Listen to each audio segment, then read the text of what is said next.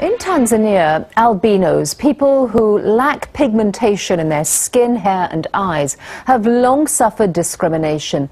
But recently they have begun living in terror. Rumours about their magical powers are having deadly consequences. In a remote rural district of northern Tanzania,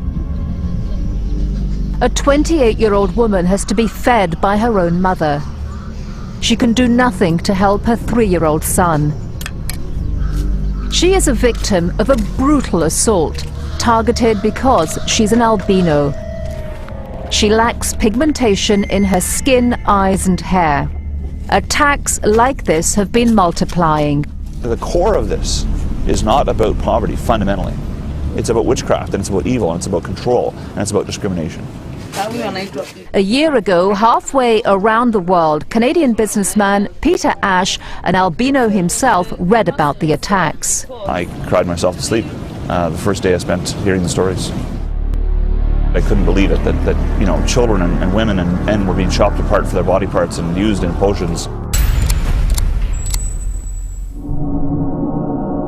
In the Mwanza region around Lake Victoria in northern Tanzania, more than 50 albinos have been murdered in the last 2 years. The attacks are spurred by rumours that potions made from albino blood, skin and body parts can bring wealth and good fortune.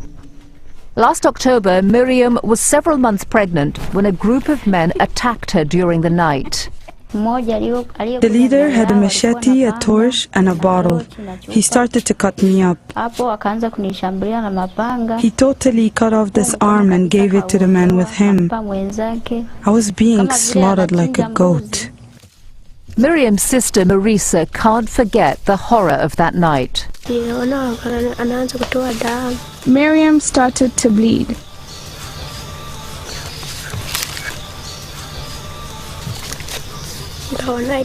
And then I saw her other hand was dangling. It took more than 10 hours to get Miriam to a local hospital.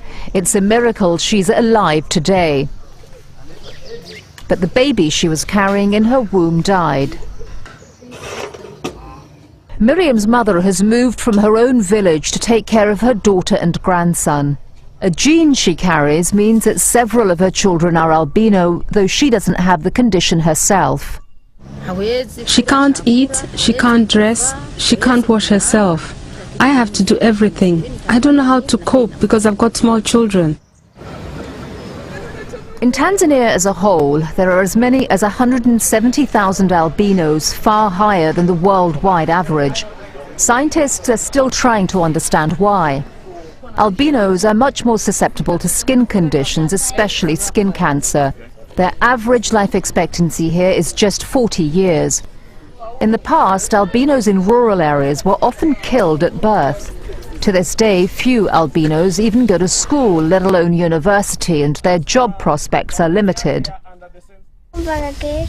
People always call us names, that we are 00, that we are albinos. The notion is that they're magical. They're not human like us, they're ghosts, right? And so if you've got these ghost-like creatures, A, it's not bad killing them because they're not human beings anyway. And B, if you kill the ghost and have a part of its body and can harness it and use it for your own ends, you will have magical power. And so you really need to understand that to understand this crime. It's this climate of prejudice that has been exploited by some of the 15,000 witch doctors registered in Tanzania's Mwanza region. The limbs, organs and hair of an albino can sell for $1,000 US. Witch doctors are respected citizens and an established part of the local culture. Melanda James denies she has anything to do with the attacks on albinos, but admits that a few unscrupulous practitioners are giving all witch doctors a bad reputation. People are accusing us, but I don't know what they're talking about. We are healers. We are not involved in this albino issue. Having suffered discrimination himself as a child, Peter Ash is now campaigning to protect albinos in the country. He opened an office in the capital for his aid agency called Under the Same Sun. Here he lobbies Tanzania's Prime Minister. We want justice. to roll like a river for the people of albinism in this country. And I know you want that. We have what I would call probably a headache in the prosecution process. The wheels of justice in Tanzania have turned slowly. It's taken more than 2 years for the first murder convictions against killers of albinos. Miriam recognized one of her attackers, a neighbor, and is now under arrest, but the government says bringing his case to court could take as long as 5 years. And in the meantime, the attacks continue. That is a gross violation of the right to be a human being. Gedu Muigai, the UN Special Rapporteur on Racism, says a major public education campaign is needed.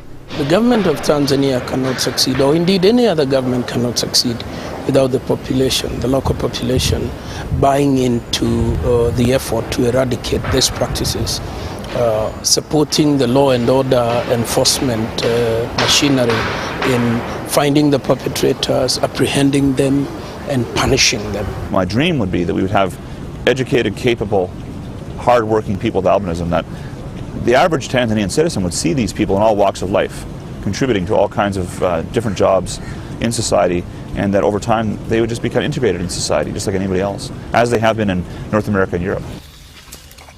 But until that dream is fulfilled, Tanzania's albinos are left in a desperately vulnerable predicament. Miriam's sisters Marissa and Leontine fear for their lives.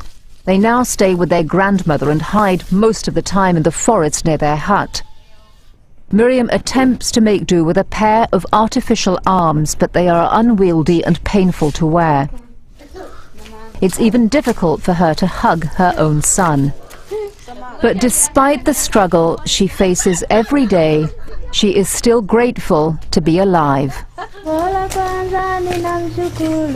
Thank God, she sings, for hiding my heart. So I survived that day.